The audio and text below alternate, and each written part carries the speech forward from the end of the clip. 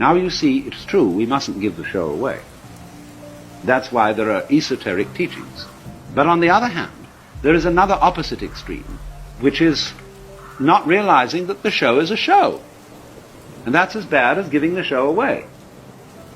Say you go to the movies, and you go to see some great horror movie, awful thing. Well, why does one do it?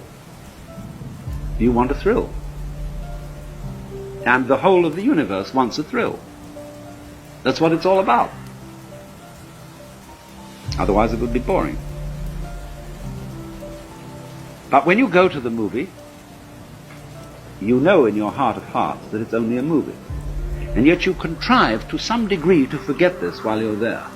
And therefore get scared and feel real creeps. But that's great. Some people like to go and cry. They go and see some tragedy and just love to weep. Because it's a catharsis. It gets all the salt out of it or something, I don't know. So you do this thing. And it is, we can say it's vicarious. Yep. But that is the spirit of showmanship, of play.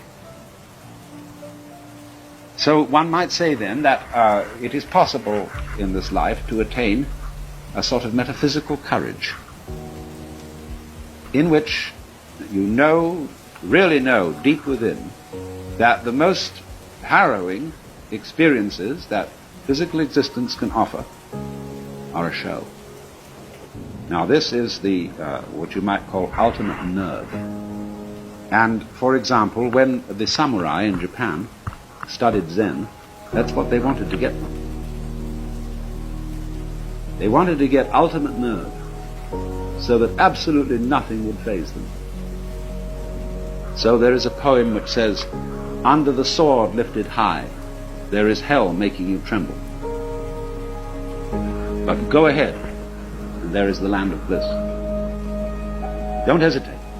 Don't be blocked. Don't be fazed, nonplussed by the illusion. Now you would say, well, that's all very well, but I can't bring myself to that. I start to shake and I can't stop it. It's not to do with my will. And no amount of gritting my teeth, clenching my muscles, exercising my willpower can get rid of the shakes when I am really scared. That's true. But you must remember that the secret to all this is not to be afraid of fear. When you can really allow yourself to be afraid, and you don't resist the experience of fear, you are truly beginning to master fear. But when you refuse to be afraid, you are resisting fear. And that simply sets up a vicious circle of being afraid of fear and being afraid of being afraid of fear, and so on. And that's what we call worry.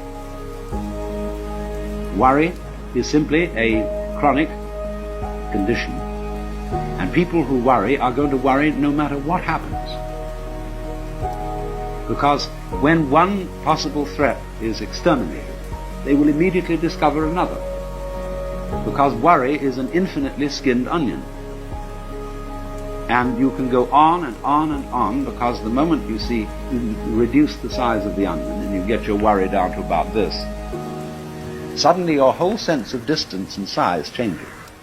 And because you're looking so intently at this little onion, it fills your whole field of vision and is once again a big onion. See? You start peeling that down. But as you get another one about this size, then it enlarges itself in your judgment and your sense of values. And then once more it's colossal.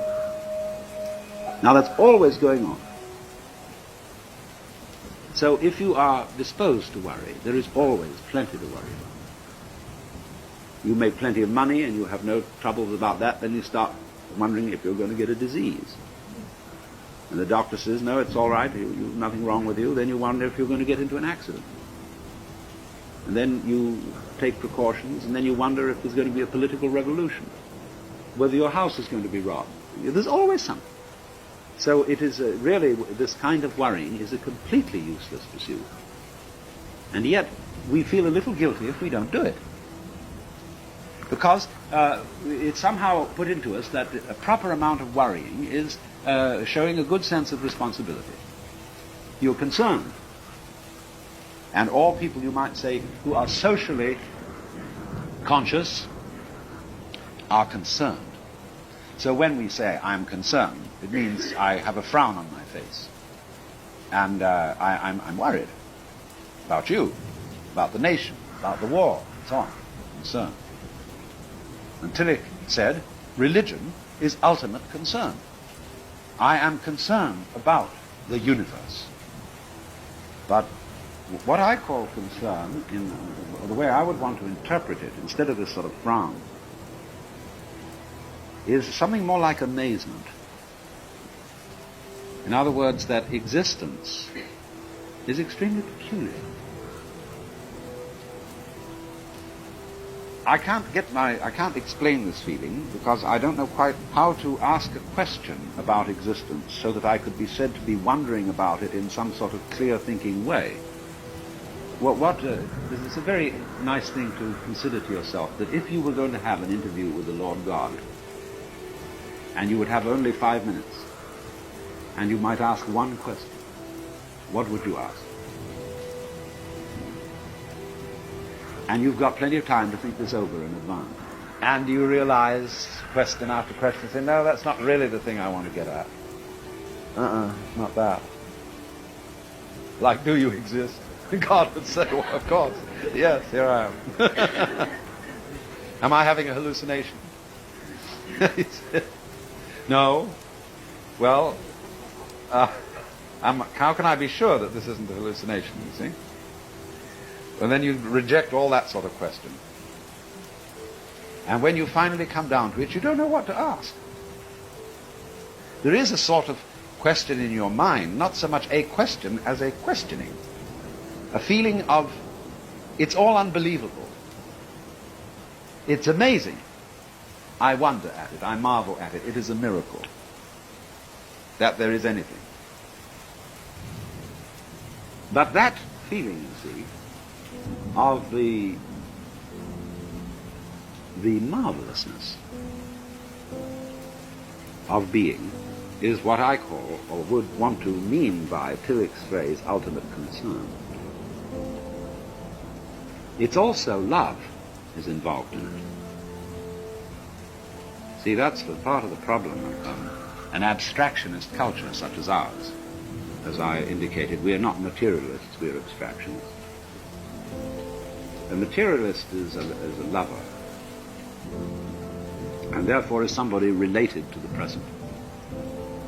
Because you see, you can't love except in the present. So, if then you try to obliterate fear, the fear that black may win, you're working in the wrong way. To attack a fear is to strengthen it. Because immediately you feel guilty if you don't succeed, or you feel inadequate. But fear is something that arises naturally and spontaneously under certain circumstances, just as you will feel warm if you get near a fire. And you can't go up to a fire without some sort of self-hypnosis and then say, well, I refuse to be warm.